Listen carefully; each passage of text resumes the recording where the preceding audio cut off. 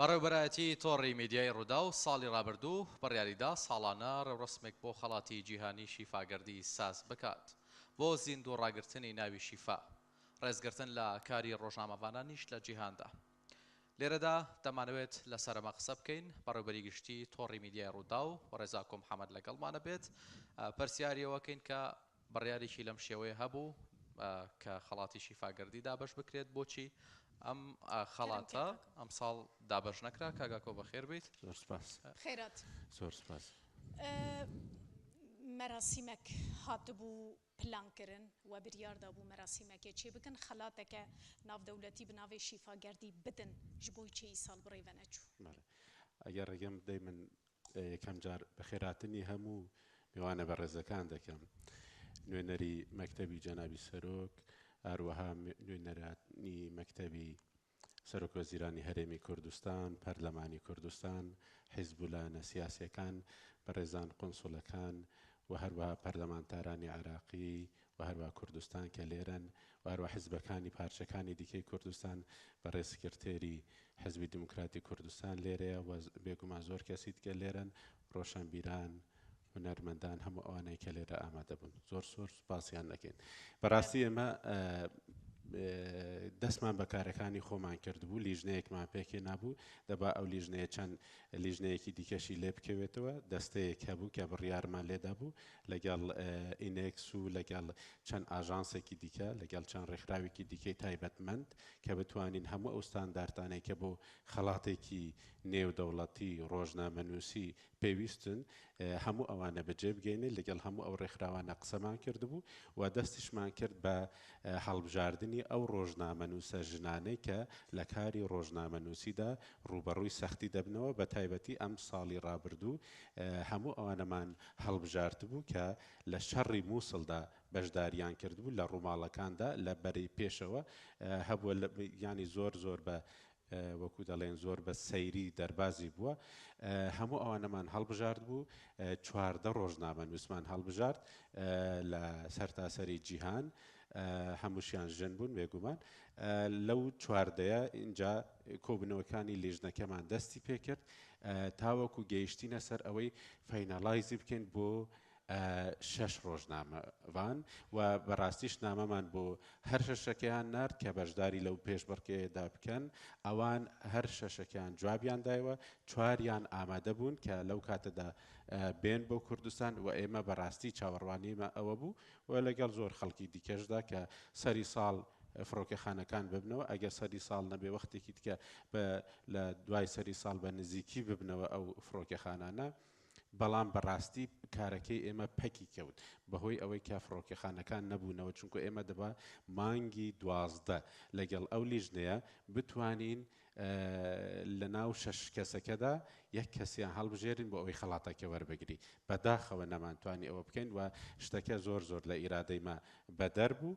ئێمە بەڕاستی دەنگدانەوەی شەهیدبوونی شیفاگەردی وەکو خۆشتان باستان کرد، 77 شەهید ڕۆژنامەنووس لە عێراقدا هەن، بێگومان سەری ڕێز بۆ هەمویاندا دەنەوێنین. ئەو خەڵاتەی شیفاگەردی ڕێزگرتن بوو لە ڕوحی هەر هەمویان و لە شخصی ئەویشدا بۆ هەموو ڕۆژنامەنووسە شەهیدەکانی دنیا. بەڵام بەڕاستی ئێمە دەمانویست ئەم ساڵ ڕێوڕسمەکە لێرە بکەین. پێشنیازی وا هەبوو کە لە فەرەنسا ئەو ڕێوڕسمە بکەین، بۆ ئێمە زۆر سەخت بوو یەکەمی ڕێوڕسم لە دەرەوەی کوردستان بکەین. هەرچەندە لەگەڵ نوێنەری حکوومەتی کوردستان لە فەرەنساش قسەمان کرد کە بتوانین ئەوە بکەین و کۆبوونەوەی لیژنەکان لە ئیستانبول بکرێن بۆ ئەوەی ئەو خەڵکانەی کە لە لیژنەی تەحکیم و لە لیژنەی سەرپەرشتی خەڵاتەکەدا بەشدارن، چونکە ئێمە ناکرێت تەنیا ئێمە ڕوودا و خەڵاتێک بۆ ئەو ڕۆژنامەنووسانە پێشبەر بکەیت خۆمان بیکەین و خۆشمان هەڵبژێرن. زۆر گونجاو نەدەبوو لەگەڵ چەند ڕێکخراوێک لە ئەمریکا و هەروەها ئەوانش کە هاوکارمانە لەگەڵ ئەوانە قسەمان کرد بەداخەوە نەمانتوانی بیکەین.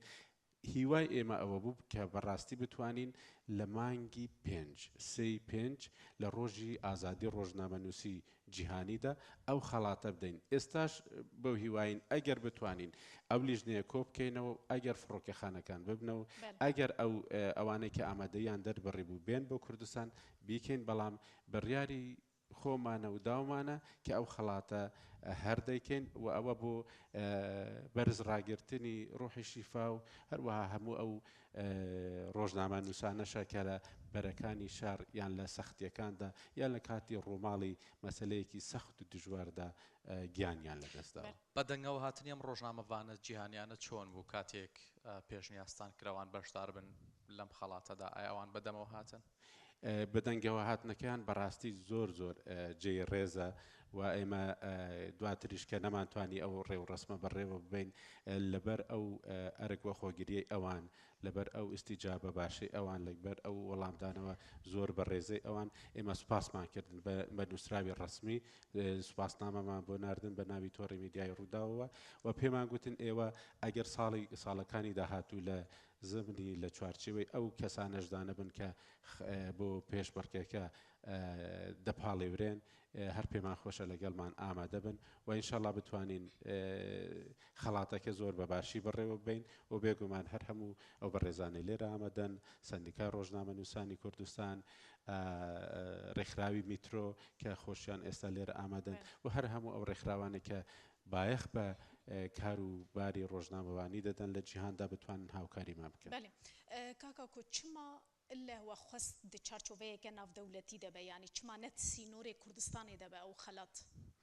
براستی ینی ئەم دزانن ینی گەلک جارە چێ بووە خەڵاتێن نافخۆیی لۆکاڵی هەنە لێ ما کاری بوو دەما شەردا و دەدەماک و ڕوودا و دەست پێ بووی ڕوودا و ئیدی چارچۆڤێن کوردستانیدا هین دەرباستر کرد ینی گەلک زێدەتر چوو د شەڕێدا ئەشدا ینی ڕوودا وەکو چافکانیەک وەکو ژێدەرێک دەرکەت بۆ هەموو جیهانی ینی زۆر کەس هەنە لێ دەرێ ڕوونشتنە ڕەنگە کەسێکی وان خزمێکی وان لە سوێدێ بەل نەرویج بەل هەر دەرێکی دیبە زۆر جارا دەبینێ لۆگۆیەک تێ لۆگۆە ڕووداوێ ئەو لۆگۆ وەکو دەرباس کردنا سنووران بوو بۆ میدیا کوردی بۆ میدیایەکی جیهانی وەختێک و شیفاژی دوێ ڕەوش و زارفێتە شەهید بوو وەختێکیدا و ما بدەهان ڤیدیۆ مەهێکێدا ددان دەستگەهێن جیهانی دوێ وەختێدا و کەچێک فێداکار کەچێکی هێژا کەچێکی خۆشک و جوان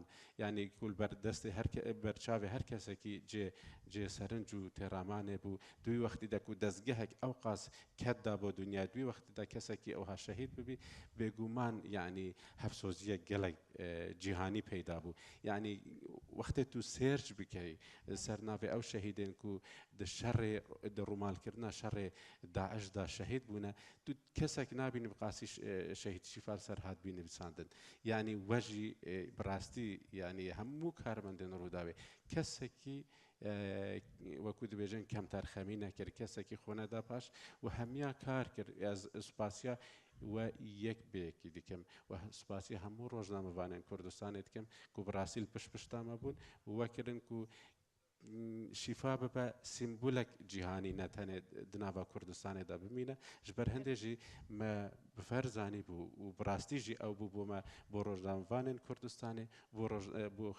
ku xêzana rojnamevaniyê jî li cîhanê em xelatên rojnamevaniyan hîn zêdetir bikên li dunyayê û bi taybetî ew bû me Kurda gelekî pêwîst bû. بەڕێوەبەری گشتی تۆڕی میدیای ڕوودا و بۆ ئامادەبوانی بەڕێز و بینەران و بیسەران و خوێنەرانی ڕوودا و چە قسەیەکتان هەیە؟ وەڵام من زۆر سوپاسیان دەکەم کە بەڕاستی زۆر جاران ئەو هاشتاکەی کە بۆ شەهید شیفادایان نابوو هەر مبادرەی ڕۆژنامەوانەکان بۆ خۆیان زۆر جاران ئەپدەیتیان دەکردەوە خۆیان زۆر جاران ینی لەوانەیە زۆر جاران زیاتری کارمەندانی ڕووداویش بە تەنگ شیفاگەردیەوە بوو بن زۆر جاران ئێمە لەناو ئیش و کاروبارەکانی خۆماندا پێمان وا بووە کە بە ئیشکردنی زیاتر ڕۆحی ئەو شاد دەکەین زۆر جاران کەمتر ناوی ئەومان هێناوی بەڵام ئەوان زۆر ناویان هێناوە زۆرتر لەگەڵمان بوونەوە و زۆر سوپاسی یەک بەیەکیان دەکەم بەڕاستی ئەوە نیشانەی وەفاداری ئەوانە بۆ ئەو کەسانی کە بۆ نەتەوەکەیان بۆ ملەتەکەیان زەحمەت دەکێشن و ئەو کەتکاری دەکەن بەڕاستی. بەڕێوەبەری گشتی تۆڕا مەدیای ڕووداوێ بڕێز ئاکۆ محەممەد تو بخێر هاتی سەرچاوەڕات.